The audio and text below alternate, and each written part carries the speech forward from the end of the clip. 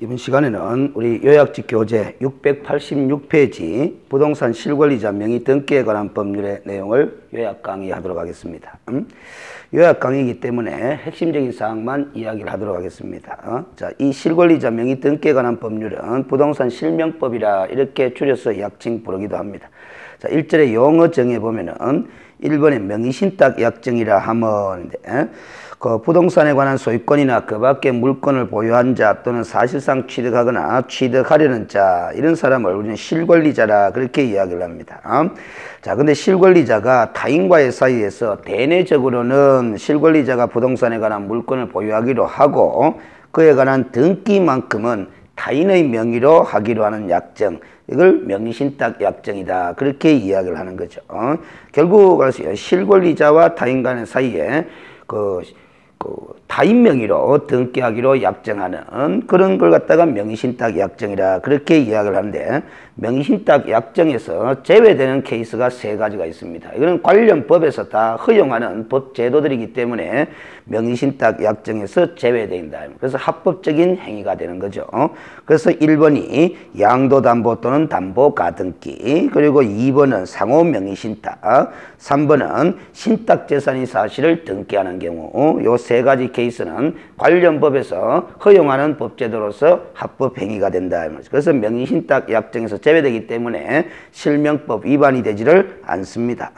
자, 그리고 이 명의신탁 약정은 누구와 누구 간에 체결되는 약정이냐면 결국 명의신탁자가 되고 명의수탁자가 있는데, 이 신탁자와 수탁자 사이에 체결하는 약정이 명의신탁 약정이 되겠죠. 그 명의신탁자가 바로 실권리자가 될 것이고 명의수탁자는 바로 타인이 되는 거죠. 그래서 그 타인이라 하면 결국 등기 명인이 되는 겁니다. 그래서 명의신탁자는 자신의 부동산에 관한 물건을 타인의 명의로 등기하게 하는 실권리자를 말한다, 이렇게 돼 있죠. 그리고 명의수탁자는 실권리자의 부동산에 관한 물건을 자신의 명의로 등기하는 자를 명의수탁자라 한다, 그렇게 되는 거죠. 그래서 항상 명의신탁 약정이라고 하게 되면은 그 약정의 당사자는 신탁자와 수탁자, 이렇게 되는 겁니다. 명의신탁자와 수탁자. 그리고 이 신탁자는 실권리자가 되는 것이고 수탁자는 등기 명인이 되는 겁니다. 등기 명인. 근데 이 명의신탁 약정이 우리 실명법에 의해서 이제 무효 처리되게 돼 있는 거죠. 무효. 과거에 이 실명법이 만들어지기 전에는, 제정되기 전에는 유효한 약정으로서 이렇게 수탁자 명의로 등기하는 것도 합법적으로 이루어졌던 겁니다. 그러나 실명법이 제정된 1995년도쯤 이후에는 명의신탁 약정 자체를 뭐로 한다? 무효로 하기 때문에 무효를 원인으로 수탁자 앞으로 등기를 하게 되면 그 등기도 무효가 되는 거죠. 그런 것이 부동산 실명법이 됩니다. 항상 이 용어를 활용해서 글을 읽으실 필요가 있다는 거죠. 우리 시험 문제는 항상 문장으로 나오는 거죠. 그림으로 나오는 것이 아니라. 그래서 항상 실권리자, 등기 명인, 이런 표현들이 문장 속에서 등장하면은 이 명의신탁 약정의 당사자 중에 어느 일방을 가리키는 명칭이라는 것을 부터 캐치를 해야 그 문장이 이해가 되는 겁니다. 자, 그래서 687페이지에 보면은 명의신탁 유형이라고 되어 있는데, 지금 양갈로 1번에 등기 명의신탁, 그리고 뒷페이지에 보면은 양갈로 2번에 계약 명의신탁, 그게 이렇게 등기 명의신탁과 계약 명의신탁이라는 명칭으로 두 가지 유형으로 구별이 됩니다. 다 현행법에 따라서 보면은 불법인 경우가 되는 거죠. 불법. 과거에 실명법이 제정되기 전에는 이런 유형으로 타인 명의로 등기를 하는 것이 합법화되어 있었지만은 실명법 제정 이후에는 이런 유형으로 타인 명의로 등기하는 것은 다 불법, 이렇게 되는 겁니다. 자, 그래서 687페이지에 등기 명의신탁은 또 두 가지로 나누어 볼 수 있어요.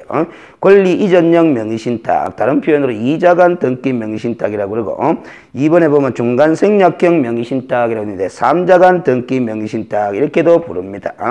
그래서 이 권리 이전형 명의신탁, 이자간 등기 명의신탁은 우리가 시험 문제 문장을 읽을 때 그림을 잘 떠올려 보면은 훨씬 문장을 이해하는 데 도움이 되는 거죠. 그래서 법률 관계를 설정을 잘 할 줄 알도록 연습을 하시면은 문장이 읽힙니다. 문장이. 결국 이 그림이라는 것이 신탁자와 수탁자 간의 법률 관계를 해석하는 거거든요.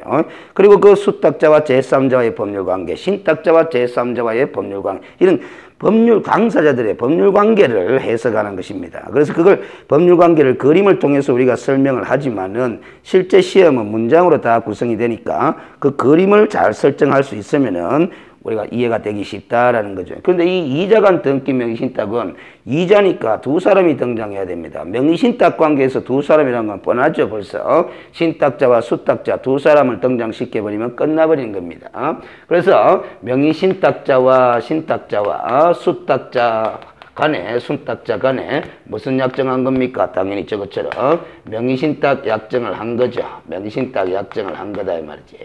근데 이 명의신탁 약정이 지금은 현재는 무효로 처리되기 때문에 이 무효인 약정을 근거로 수탁자 앞으로 등기를 할 수가 없는 거죠. 그래서 현실적으로 이 수탁자 앞으로 등기를 하기 위해서는 가장매매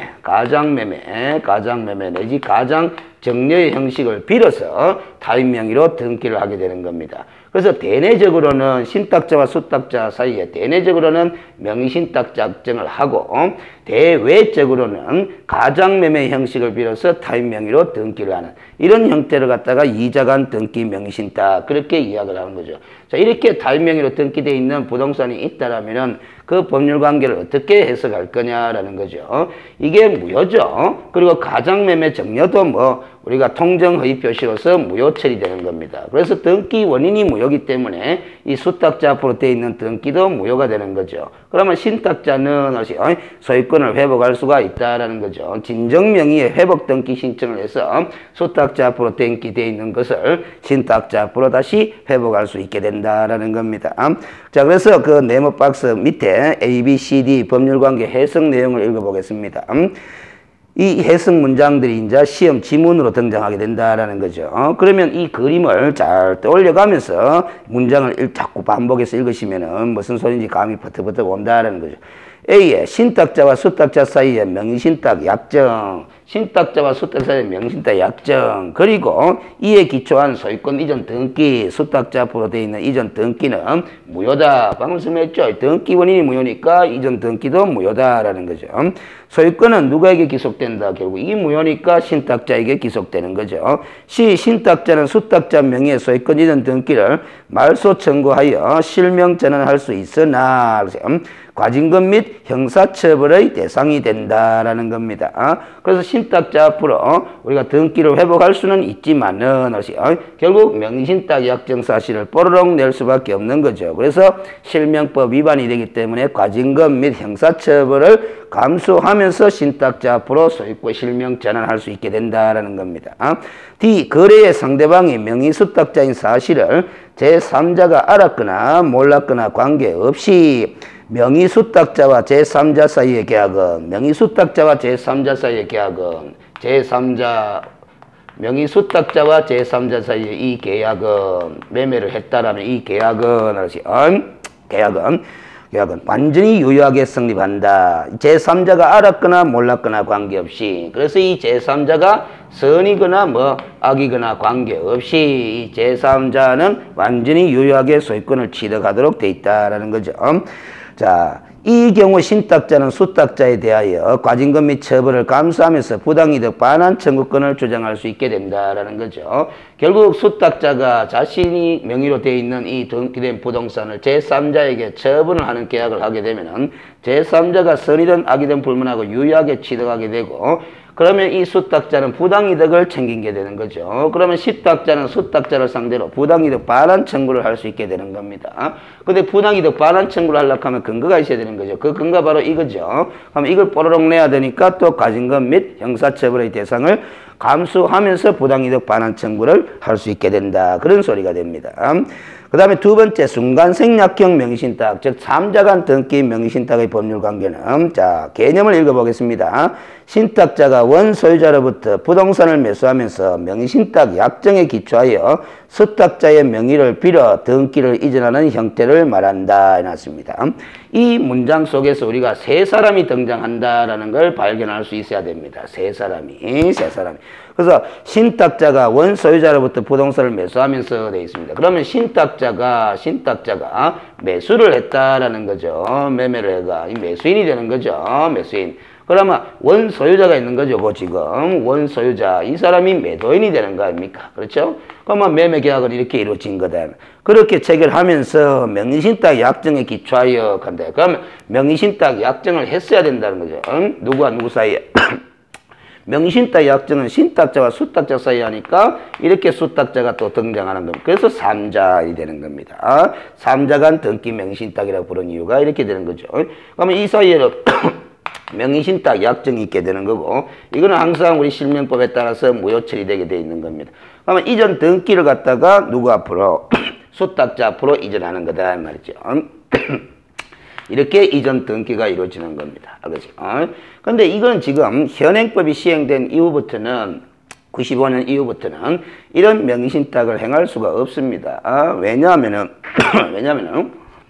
이렇게 이전 등기가 이루어지려면은 등기 원인정서가 있어야 되는데 등기 원인정서가 없습니다.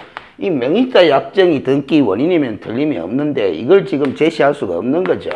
그래서 현행법상으로는 이전 등기를 이렇게 할 수가 없는데 과거 실명법 시행되기 이전에 이런 형태로 3자 간 등기 명의신탁의 형태로 명의신탁 등기가 이루어졌다고 한다면 이 법률관계를 어떻게 해석할 거냐라는 겁니다. 자, 이 사람이 등기 명의인이 되는 거죠. 등기 명의. 자, 그래서 법률관계 해석은 뒷페이지에 보면은 A, B, C, D도 적혀져 있습니다. 이런 문장들이 이제 시험 지문감이다 그랬죠. 자, 명의신탁 약정과 원소유자와 수탁자 사이에 소유권 이전 등기는 무효이다 해놨습니다. 그러면 이 명의신탁 약정은 무효고, 그렇죠. 원소유자와 수탁자 사이에 이전 등기도 무효다라는 소리입니다. 그렇지. 무효. 소유권은 그러면 형식상 원소유자에게 기속된다라는 이 등기가 무효니까 소유권은 형식상 원소유자에게 돌아가 버리는 거죠. 그렇지. 시 신탁자는 과징금 및 처벌을 감수하면서 수탁자 명의 소유권 이전 등기를 말소하고 원소유자를 상대로 계약을 원인으로 하는 소유권 이전 등기를 청구하여 실명 전수할 수 있다. 전환할 수 있다 그랬죠. 신탁자는 수탁자 명의 소유권 이전 등기를 말소한다.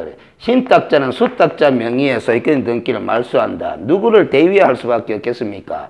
원소유자를 대위해서 수탁자 앞으로 되어 있는 이전 등기의 말소를 청구하는 거죠. 그 말소를 청구하려고 하면 또 명의신탁 약정을 뽀로록 내야 되는 겁니다. 그래서 우리가 그 처벌을 감수할 수밖에 없다라는 거죠. 그리고 명의수탁자와 그리고 원소유자를 상대로 계약을 원인한 소유권 등기 청구하여 실명 전환할 수 있다. 그러면 일단은 다시 설명하자면 신탁자는 수탁자 앞으로 되는 이전 등기의 말소를 청구할 때 누구를 대비한다? 원소유자를 대비해서. 그럼 말소가 되고 나면은 원소유자 앞으로 형식상 소유권이 기속되는 거죠. 근데 이 매매 계약이 완전히 유효한 매매 계약 아니겠습니까? 그러면 신탁자는 다시 원소유자를 상대로 이 유효한 매매 계약을 근거로 소유권 이전 등기 청구권을 행사해서 실명 전환할 수 있다라는 겁니다. 그럼 이런 일련의 과정에서 명의신탁 약정을 뽀로록 내서 형사처벌을 감수할 수밖에 없다라는 거죠. 그 다음 D도 보면은 권리 이전령, 즉 이자 간 등기 명의신탁과 마찬가지로 거래의 상대방이 명의수탁자인 사실을 제3자가 알았거나 몰랐거나 이제 또 제3자가 등장합니다. 그러면 이 수탁자와 법률관계를 맺은 제3자가 선이든 악이든 관계없이 수탁자 명의로 되어 있는 이 등기된 부동산을 제3자가 취득한 경우 완전히 유효하게 취득하게 된다라는 겁니다. 알겠습니까? 자, 그러면은 계속 읽어보면은 신탁자는 수탁자에 대하여 과징금 및 처벌을 감수하면서 부당이득 반환 청구권을 주장할 수 있게 된다 해놨습니다. 그래서 이자 간 등기 명의신탁과 마찬가지로 신탁자는 수탁자를 상대로 부당이득 반환 청구권을 행사할 수 있게 된다라는 거죠. 부당이득을 챙긴 거죠. 처분함으로써. 자, 이거는 이자 간 등기입니다. 똑같은 법률관계가 있을 때입니다. 그런데 최근에 대법원 판례가 변경된 것이 아니라 이 제3자 간 등기 명의신탁에서 수탁자가 제3자에게 처분할 때 이 처분하는 행위가 횡령죄가 성립되느냐 안 되느냐의 문제인데 과거 판례는 횡령죄가 성립된다라고 봤는데 판례가 변경이 돼가 횡령죄가 성립되지 않는다라고 보고 있습니다. 그래서 변경된 판례이기 때문에 한번 보면은 각주 100번을 한번 보겠습니다. 아래로 내려가서 명의신탁자가 매수한 부동산에 관하여 부동산 실명법을 위반하여 명의수탁자와 맺은 명의신탁 약정에 따라 매도인에게서 바로 명의수탁자 명의로 소유권 이전 등기를 마친 이런 형태가 바로 이른바 이 중간생략형 등기 명의신탁이 되는 거죠.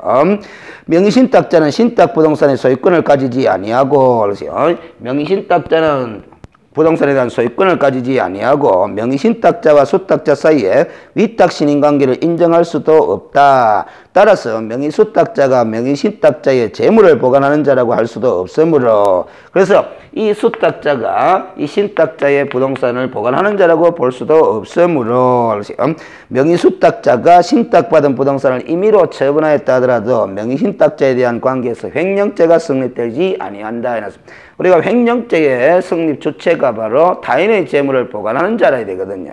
그런데 이 수탁자가 제3자에게 처분하면은 이 수탁자가 타인의 재물을 보관하는 자라고 볼 수 있어야 되는데 이 명의대 약정 자체가 무효이기 때문에 수탁자는 신탁자의 재산을 보관하는 자라고 볼 수 없다. 그래서 처분하더라도 횡령죄가 성립되지 않는다. 이렇게 판례를 변경한 사안입니다.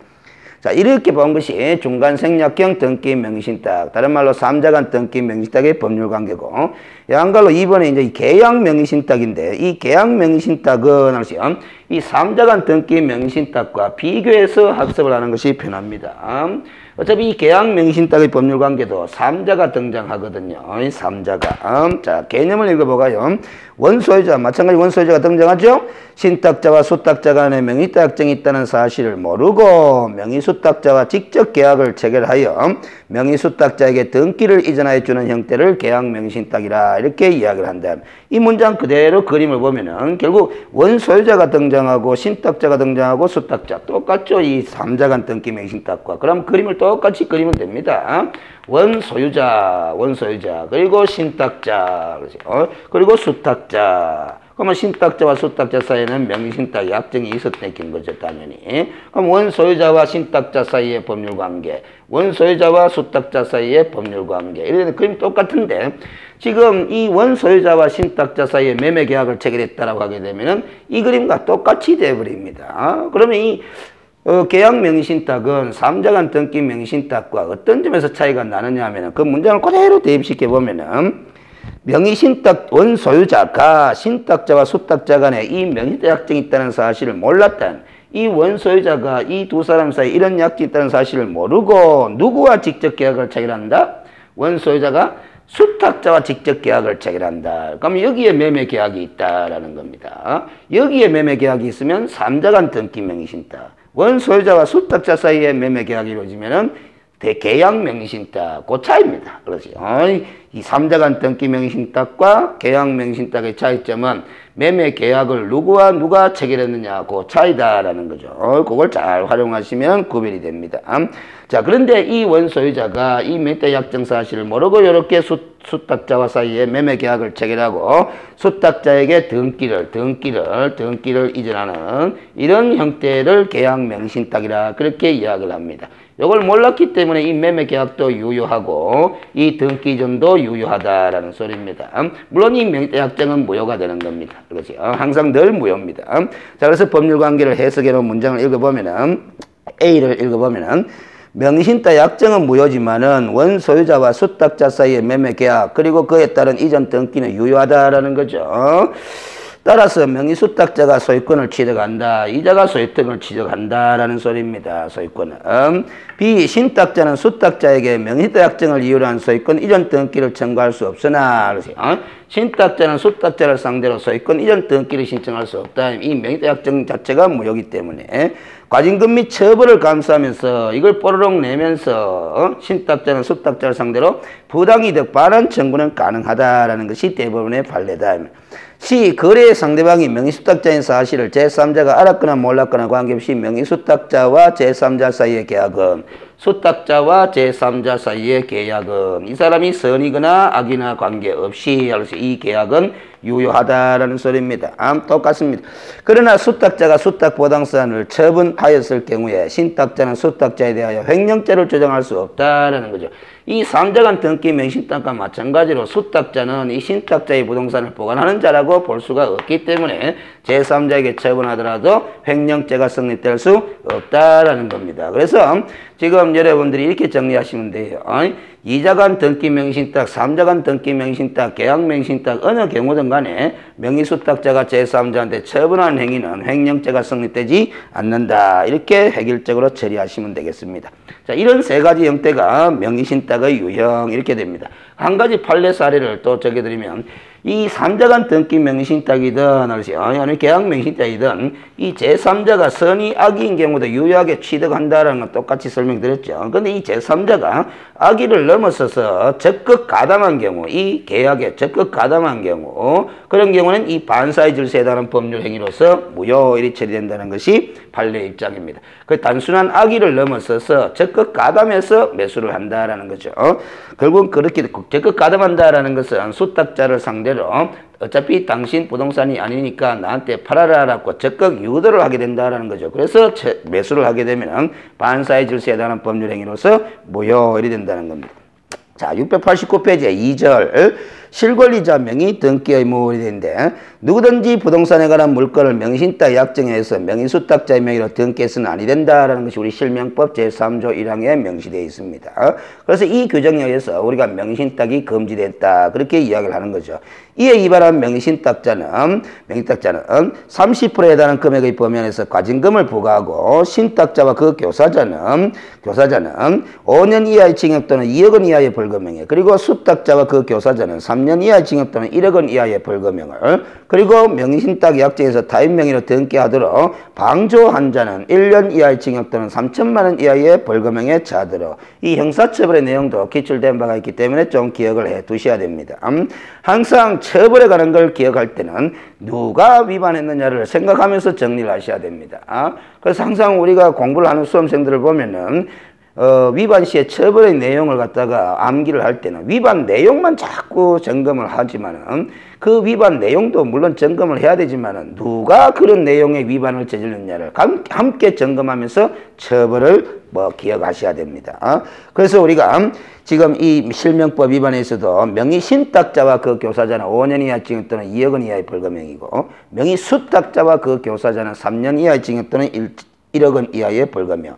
그래서 그 명의탁에 의해서 타인 명의로 등기하도록 그 법을 실명법을 위반하도록 방조한 자 하는 말은 범죄 실행이 용이하도록 도와준 사람을 말합니다. 1년 이하의 징역 또는 3천만 원 이하의 벌금형에 처하게 되는 것. 실제로 이 범죄 실행이 용이하게 이루어지도록 도와주는 사람은 현실적으로 개업공인중개사가 될 소지가 많죠. 그래서 이 방조한 자에는 개업공인중개사가 들어갈 가능성이 많고 1년 이하의 징역 또는 3천만 원 이하의 벌금형의 대상이 된다는 것도 상당히 중요합니다. 자, 그 다음에 뒷페이지 690페이지에 3절에 명의신탁 약정의 효력이라고 되어 있는데 이것도 이제 우리 실명법을 제정하면서 명의신탁을 금지시키기 위해서 하나의 명시한 규정이죠. 명의신탁 약정은 뭐다? 어찌됐든 무효로 처리하게 돼 있다라는 거죠. 이 명의신탁 약정을 무효로 처리하지 않고서는 명의신탁을 금지할 수가 없는 거죠.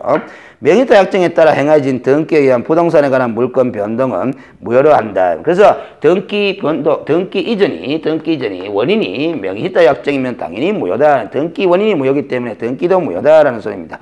다만 부동산에 관한 물권을 취득하기 위한 계약, 이게 이제 계약 명의신탁의 전제의 문제인데 부동산에 관한 물건을 취득하기 위한 계약, 이게 바로 부동산에 관한 물건을 취득하기 위한 계약 아닙니까? 이 매매계약. 이 계약에서 명의수탁자가 그 일방 당사가 되고 명의수탁자가 그 일방 당사가 되어 있죠. 그리고 그 타방 당사자는 명의신탁 약정이 있다는 사실을 알지 못한 경우, 몰랐던 경우, 이게 바로 소위 계약 명의신탁의 경우에 해당하는 거죠. 그러하지 아니하다 하는 말은 바로 유효하다라는 소리입니다. 유효하다라는 소리입니다. 명의신탁 약정과 명의신탁 약정에 따라 행한 물권 변동을 뭐냐면 제3자에게 대항하지 못한다. 이 제3자에게 대항하지 못한다 하는 것이 바로 이 제3자가 선이든 악이든 불문하고 수탁자로부터 취득한 부동산에 대해서 완전히 유효한 물권을 취득하게 된다. 그 소리가 되는 거죠. 그 다음 마지막으로 이 실명법을 제정하면서 그래서 현실적인 관행이나 이런 것들을 고려해서 명의신탁임에도 불구하고 특례 규정을 통해서 합법 처리해주고 있는 사례들을 3가지 적어놨습니다. 그래서 조세 포탈이나 강제집행의 면탈이나 법령상 제한의 회피를 목적으로만 하지 않는다라면은 1번 종중이 보유한 부동산에 관한 물건을 종중 외의자의 명의로 등기한다거나 배우자 명의로 부동산에 관한 물건을 등기한다거나 종교단체의 명의로 그 산하조직이 보유한 부동산에 관한 물건을 등기한 경우 이런 케이스들은 다 현실적으로 명신 딱 맞습니다. 맞지만은 조세 포탈, 강제집행의 면탈, 법령상의 제한의 회피라는 이런 불법적인 목적으로 하지 아니한다는 전제가 성립되면은 처벌을 하지 않겠다라는 특례 규정을 두고 있는 겁니다. 자, 이렇게 이제 실권이자 명의 등기에 관한 법률은 마무리가 됐고요. 691페이지의 2장 주택임대차 보호법 실무입니다. 그래서 요약 강의이기 때문에 관련 법 규정 위주로 점검을 하도록 하겠습니다. 그런데 이 주택임대차 보호법 실무 문제는 판례 사례들도 자주 지문으로 등장하니까 꼭 정독을 해 두실 필요가 있습니다. 1절에 재정 목적에서 이 주택임대차 보호법은 민법에 대한 특례를 규정하고 있는 겁니다. 결국 우리 민법에도 15가지 전형계에 관한 규정을 두고 있는데 그 15가지 전형계약 중에는 임대차에 관한 규정을 두고 있죠. 그래서 이 주택임대차 보호법이라는 것은 주거용 건축물의 임대차에 관해서 민법에 대한 특례를 규정함으로써 결국 국민의 주거생활 안정을 보장하기 위해서 만든 특별법적 성격을 지니는 법이 주택임대차 보호법이다라는 소리입니다. 자, 2절에 법의 적용 범위인한데 1번에 이 법은 그런 취지로 만들었기 때문에 주거용 건물의 전부 또는 일부의 임대차에 관해서 이를 적용하게 되는 거죠. 주거용 건물의 전부 또는 일부에 대한 임대차 계약에 적용되는 법이다라는 거죠. 그래서 상가 건물의 전부 또는 일부에 대한 임대차 계약은 주택임대차 보호법이 적용되지 않고 뒤에 가서 학습하는 상가 건물 임대차 보호법에 의해서 따로이 특별히 규율이 되고 있는 거죠. 그리고 토지 임대차 계약에 관해서도 적용되질 않습니다. 그러면 지금 토지임대차 보호법이라는 특별법이 따로 존재하지 않으니까 토지의 임대차에 관해서는 여전히 일반법인 민법의 임대차 계약에 관한 규정에 따르게 되는 거죠. 그리고 그 임차주택의 일부가 주거 외의 목적으로 사용되는 경우에도 또한 같다라는 겁니다. 그 임차주택의 일부가 주거 외의 목적으로 사용되는 경우에도 또한 같다라는 겁니다. 그래서 이 주택임대차 보호법이 적용되기 위해서는 임대차의 목적물이 첫째 주거용 건물이어야 한다라는 거죠. 그러면 실무로 가면 이게 주거용 건물이냐 아니냐 여부는 공부상 용도로 판단할 거냐 실제 용도를 기준으로 판단할 거냐 그에 논란이 있을 수밖에 없습니다. 그래서 관련 판례를 꼭 읽어보실 필요가 있습니다. 실제 용도를 기준으로 판단하라고 돼 있죠. 자, 뒷페이지 692페이지에 보면은 그 주거용 건물의 전부 또는 일부의 임대차에 적용된다 그랬습니다. 그래서 전부 또는 일부죠.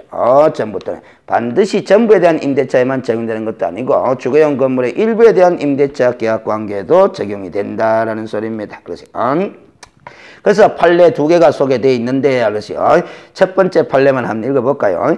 건물이 주거용이라고 한다면 임차주택의 일부가 가게와 같은 주거 외의 목적으로 사용되는 이른바 겸용주택인 경우에도 그 전체를 주거용 건물로 보고 이 주임법의 적용 대상이 되지만 반대로 상가 건물의 일부에 그 주된 용도가 상가 건물이다 말이죠. 근데 그 일부에 방을 만들어서 살림을 하는 것 같이 비주거용 건물의 일부를 주거용으로 사용하는 경우에는 주택임대차 보호법의 적용 대상이 아니다. 앞페이지 다시 보면 법조문이 법 제2조가 주거용 건물의 일부가 주거 외의 목적으로 사용되는 경우에도 또한 같다 이렇게 돼 있지. 비주거용 건물의 일부가 주거의 목적으로 사용되는 경우에도 적용된다 이렇게 안 돼 있는 거죠. 그래서 지금 이 692페이지의 1번 판례처럼 비주거용 건물의 일부를 주거용으로 사용하는 그런 경우에는 법의 적용 대상이 아니다라는 겁니다. 그래서 우리가 임대차 계약을 체결할 때 그 목적이 비주거용으로 사용하고자 그 건물의 일부를 임대차 계약 체결했다. 근데 그 비주거의 용도로 사용하면서 일부를 갖다가 주거용으로 사용한다고 해가지고 주택임대차 보호법의 보호를 받을 수는 없다라는 소리입니다. 양갈로 3번에 주거용 건물인 한 관청의 허가 유무나 등기 유무는 문제되지 아니한다라는 겁니다. 그 왜 그러냐 하면은 국민의 주거생활 안정을 보호하기 위해서 만든 특별법이기 때문에 허가받은 건물이냐 등기한 건물이냐 여부는 주거생활과 문제되지 않는다라는 겁니다. 그래서 우리가 경제적 약자인 임차인의 임차권을 보장해주기 위한 특별법으로 만들었기 때문에 임차주택이 주거용 건물이면은 관할 관청부터 허가를 받지 아니하고 건축한 뭐가 건물이든지 또 건축원을 받았다 하더라도 준공검사를 받지 못한 건물인 경우에도 이 법의 적용 대상이 되는 데는 전혀 장애가 발생하지 않는다라는 거죠. 현실적으로 우리가 뭐가 건축물, 미등기 건축물의 경우도 실질적으로 주거의 용도로 사용하는 건물일 경우가 많죠. 그래서 주거 생활을 안정시킬 상당히 필요성이 있는 겁니다. 그래서 주임법의 적용 대상이다라는 겁니다. 그 다음 둘째, 2번. 이 주임법은 일시 사용을 위한 임대차임이 명백한 경우에는 이를 적용하지 않는다라는 겁니다. 일시 사용을 위한 임대차, 아무리 주거의 용도로 사용한다고 하더라도 일시 사용 목적이라면 국민의 주거생활 안정과는 관계가 먼 목적이죠. 따라서 주임법을 적용해서 특별히 임차인을 보호할 필요성이 없다라는 겁니다. 그 다음 693페이지 4번에 차임을 지급하는 유상계약에 적용된다라는 겁니다. 임대차는 당연히 유상계약이죠. 그래서 아무런 대가 없이 건물을 무상대차하는 계약인 경우에는 즉 사용대차죠. 사용대차의 경우는 주임법의 적용 대상이 되지 않는다. 그러면서 이 주거용 건물의 사용대차 계약에 대해서는 우리 민법에 나와 있는 사용대차 계약에 관한 규정에 따라서 규율을 받게 된다라는 소리입니다. 그 다음 3절에 대항력 등인데 이 주택임대차 보호법이라는 특별법의 보호를 받고자 하는 임차인은 특별법이 요구하고 있는 기본적인 요건을 갖춰야 됩니다. 그 가장 기본적인 요건이 바로 이 대항 요건이라는 거거든요. 그래서 우리가 등기를 하면은 아무런 문제가 없지만 임차인이 그 임대인의 협력이 없이는 임차권 등기를 하기가 힘들거든요. 그래서 특별법에서 보호를 하는 것이기 때문에 그 임대차는 등기를 하지 않더라도 이 주택임대차 보호법에서 요구하고 있는 대항 요건으로서 등기 대신에 주택의 인도와 주민등록을 마쳤다면 주택의 인도와 주민등록 전입신고라는 것은 바로 등기 대신에 요구하고 있는 공시요건입니다. 그걸 마쳤다면 그 1일부터 그 다음 날부터 구체적으로 대법 판례에 따르면 0시부터인데 제3자에 대하여 효력이 생긴다 하는 말은 바로 대항력이 발생한다라는 겁니다. 주택의 인도와 주민등록 전입신고라는 건 대항요건이고 그 대항요건을 갖춤으로써 등기와 똑같은 효력인 대항력을 부여하는데 그 대항력은 다음날 0시부터 부여하겠다라는 겁니다. 왜 다음날 0시부터로 대항력의 효력 발생 시기를 뒤로 미루느냐 하면은 등기 대신에 한 불완전한 공시 방법을 갖췄을 뿐이기 때문에 확실한 공시 수단을 갖춘 권리자보다도 선순위로 보호받을 수는 없다라는 겁니다. 따라서 불확실한 공시 수단을 갖췄기 때문에 그 등기의 효력인 대항력은 다음날 0시로 밀어놓은 겁니다. 그 다음 D페이지를 보시면은 그래서 이 대항요건이라는 것이 구체적으로 주택의 인도가 있어야 되고 양갈로 2번에 주민등록까지 마쳐야 된다라는 겁니다. 그래서 인도와 주민등록 전입신고와 관련해서 관련 대부분 판례가 상당히 많이 수록이 되어 있죠. 6페이지까지 상당히 많은 판례들을 수록해 두고 있습니다. 그래서 현실적으로 이 주택임대차 보호법의 기본적인 보호요건인 대항요건 그리고 그 대항요건을 갖추었을 때의 대항력의 발생 이와 관련된 판례사들이 현실적으로 많이 등장할 수밖에 없습니다.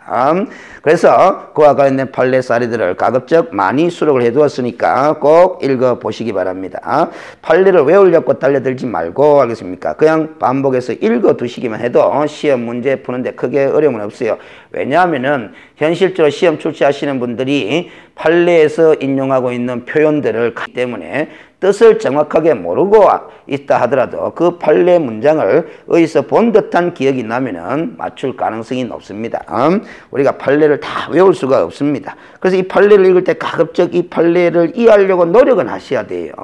그래서 그 노력을 하기 위해서 우리가 이 대항요건이라는 것이 왜 필요했으며 이 대항요건을 갖추게 되면 어떻게 해서 대항력을 부여할 수 있는 효력이 발생하는 건지 그걸 깨달아야 된다라는 거죠. 등기의 효력이 대항력 아닙니까? 그 등기 대신에 대항요건으로서 주택의 인도와 주민등록 전입신고를 요구한 것이기 때문에 주택의 인도를 했고 주민등록 전입신고를 했다 하더라도 그 위치에 그 임차주택의 그 공간에 임차인이 존재한다는 사실을 제3자가 인식할 수 있는 정도로 공시가 돼야만이 대항 요건을 갖추었다 이렇게 판단을 할 수가 있는 거죠. 그래서 우리가 아무리 인도와 주민등록전입 신고를 했다 하더라도 그 주민등록전입 신고를 잘못함으로써 제3자가 봤을 때 그 공간에 임차인이 존재한다는 사실을 잘못 인식하는 데 영향을 미쳤다면 대항 요건을 제대로 갖추었다고 볼 수 없고 그래서 대항력을 부여할 수 없다 이런 취지가 깔려 있는 겁니다. 자, 697페이지에 보면은 이번에 국민주택기금을 재원으로 하여 저소득층의 무득자에게 주거생활 안정을 목적으로 전세 임대주택을 지원하는 법인은 자연인이 아니죠. 국민의 주거생활 안정을 보호하기 위해서 만든 법이지만 그 국민에는 원칙적으로 자연인이 해당되겠지만은 이 법이 개정되는 과정에서 일부 법인도 임차인으로서 보호받을 수 있도록 한 겁니다. 전세 임대주택 사업을 원활히 활성화시키기 위한 취지죠. 그래서 주택을 임차한 후에 지방자치단체장 또는 해당 법인이 선정한 입주자가 그 주택에 관하여 인도와 주민등록을 마친 때에는 그 법인인 임차인에게 1항을 준용한다. 대항력을 부여한다. 그 소리입니다. 그래서 이 법인이 두 종류죠. 각조 106번을 보면 대한토지주택공사와 지방공사 요 두 명칭을 외우셔야 됩니다. 3번에 중소기업기본법에 따른 중소기업에 해당하는 법인이 그 소속 직원의 주거용으로 주택을 임차한 후에 법인이 선정한 직원이 해당 주택을 인도받고 주민등록 마쳤을 때도 마찬가지 제1항을 준용한다. 그 중소기업에 해당하는 법인에게 대항력을 인정하겠다라는 겁니다. 그래서 우리가 그 법인으로서 세 개를 기억하시면 됩니다. 한국토지주택공사, 그 다음에 지방공사, 그 다음 중소기업인 법인 이렇게 기억하면 되죠. 4번 임차주택의 양수인은 임대인의 지위를 승계한 것으로 본다라는 거죠. 그래서 세입자인 임차인 입장에서는 임대인이 바뀌었다 하더라도 걱정할 필요가 없는 거죠. 임차주택의 양수인은 임대인의 권리와 의무를 승계하기 때문에. 그 다음 5번에 임차권은 임차주택에 대하여 민사집행법에 의한 경매가 행해진 경우는 그 임차주택의 경락에 의해서 임차권은 소멸하는 것이 원칙입니다. 다만 보전금액이 전액 변제되지 아니한 임차인은 그러하지 않아야 되는데 단순한 임차인이 아니라 대항력이 있는 임차권은 소멸하지 않는다. 이 대항력이 있는 임차권이 되기 위해서는 경매개시 결정 등기 전까지 대항요건을 갖춘 임차권자를 의미하는 것입니다. 자, 잠시 쉬었다가 주택임대차 보호법상의 다른 보호 장치들을 이어서 학습하도록 하겠습니다.